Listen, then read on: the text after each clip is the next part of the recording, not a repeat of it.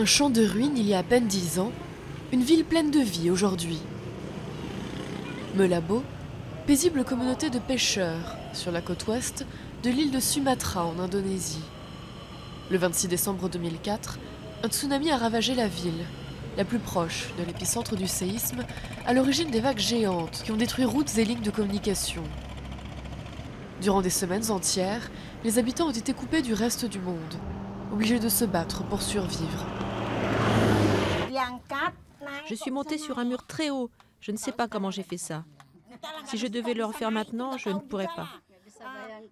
J'ai même sauté très loin. Je ne sais pas comment j'ai réussi à faire ça.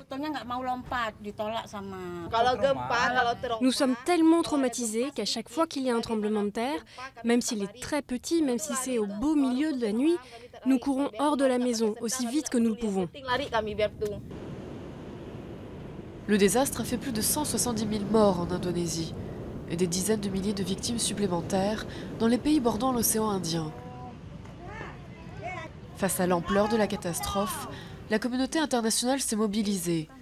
Une aide de près de 7 milliards de dollars a permis de rebâtir plus de 140 000 foyers à travers Aceh, ainsi que des routes, des écoles, mais aussi des sirènes et des panneaux indiquant les routes par lesquelles s'échapper en cas de nouveau tsunami. Aujourd'hui, en 2014, Aceh a fait beaucoup de progrès. Les enfants dans les écoles apprennent les procédures de sécurité et comprennent les procédures d'évacuation. Les sirènes fonctionnent de nouveau et le centre de contrôle des opérations est en place et est fonctionnel.